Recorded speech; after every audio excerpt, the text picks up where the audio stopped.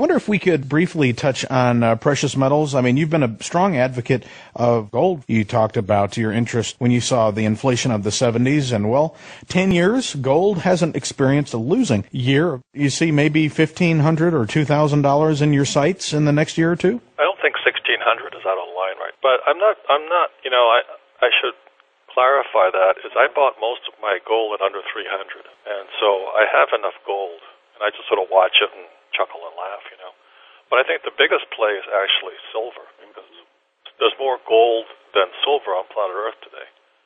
So I just tell my friends who don't have any, you should have at least, let's say it takes you $1,000 a month to just survive, buy food. I would have $1,000 of gold or $1,000 of silver, a 2-year supply of it, just in case the dollar does collapse.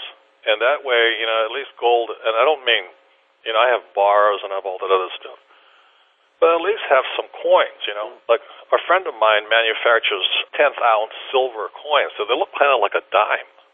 And I think it's really a good idea, so I got a pile of those also, just because, it's a medium of exchange. That's all it is. Well, you can get those Eisenhower dimes for practically at spot price, can't you? The junk coins from the early 60s and 50s and 60s. Yeah, I guess you could. I just rather buy them new, and they come neat and packed.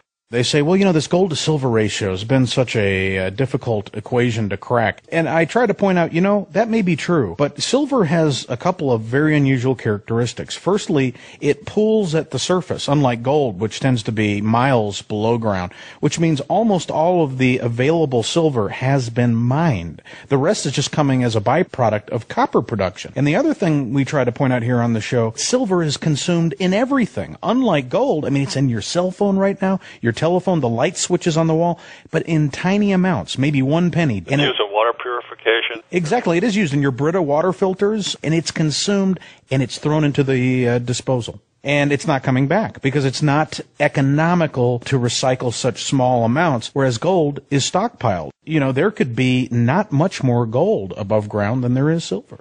No, already there's more gold than silver above ground. Silver is depleting. Silver is going down at high speed right now. I guess it depends on which stats you look at, but that's the one I look at. The point here is this, I'm not really much of a speculator. Speculation means I'm counting on something happening in the future I have no control over. So I just want to have my gun, my gold, my food.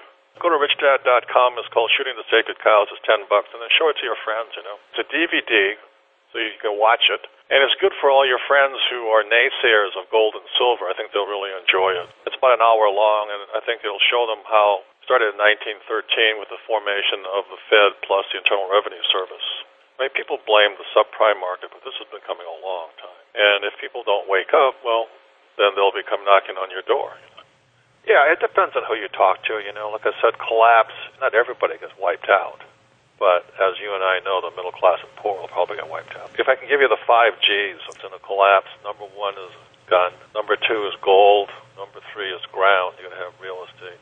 Number 4 is gasoline, and number 5 is food, grub. But anyway, the point here is this: if you're prepared or not, the only reason I buy all that stuff is I don't want to think about it. I don't want to guess, well, what if it happens? I don't want to argue with anybody. If it happens, I'm ready. If it doesn't happen, I'm still ready.